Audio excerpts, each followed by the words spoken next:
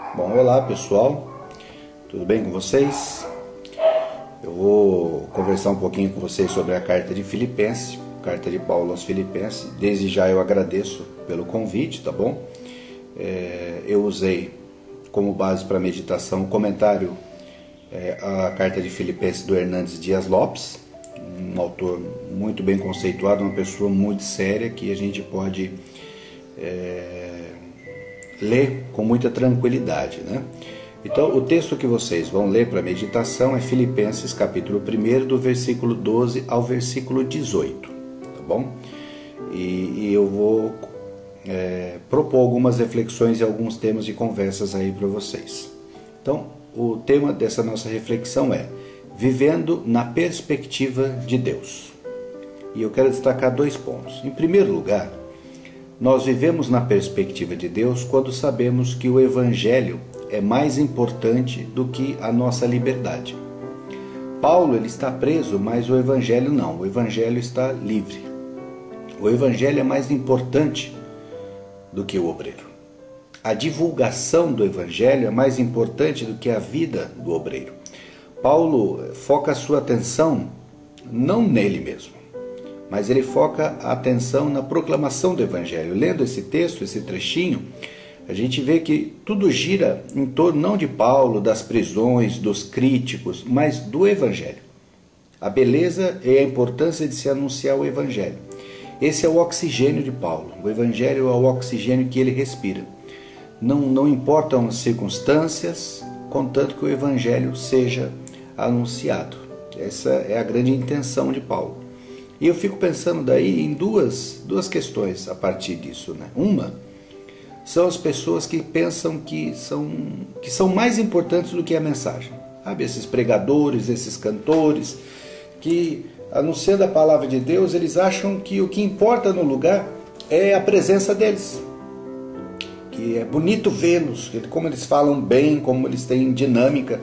E por vezes as pessoas se propõem a isso, né? Aí vê determinado cantor, determinado pregador, determinado obreiro, porque ele é muito importante.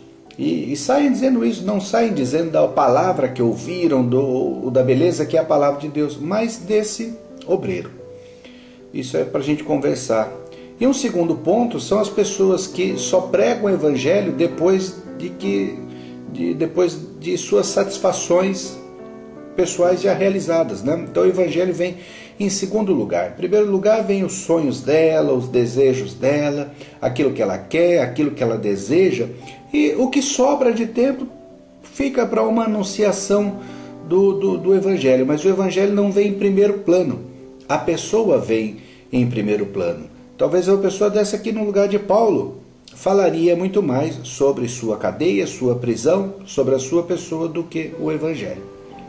Em segundo lugar, nós vivemos na perspectiva de Deus quando sabemos que o Evangelho é o maior presente de Deus para a humanidade. Se você quer presentear alguém com algo bom e maravilhoso, presenteie com a mensagem de Deus, presenteie com o Evangelho, com a anunciação da salvação em Cristo Jesus. Não há nada melhor do que nós possamos oferecer às pessoas. Paulo fala isso. Quando Paulo e João estão subindo ao templo, está lá em Atos, eles dizem para o paralítico ali: nós não temos ouro nem prata, mas o que nós temos nós te damos. Em nome de Jesus levanta e anda. Ou seja, eles tinham o Evangelho, que era muito melhor do que ouro e prata, porque o Evangelho transformou a vida daquele homem, né? O ouro, a prata fariam com que ele tivesse dinheiro, mas continuasse paralítico. O Evangelho fez com que ele fosse transformado. Então o Evangelho é a boa nova para a humanidade. A gente vê no versículo 12. Nenhuma notícia é melhor do que o Evangelho, do que a salvação em Cristo. O Evangelho é a proclamação da palavra de Deus. Não há palavra melhor do que a palavra de Deus.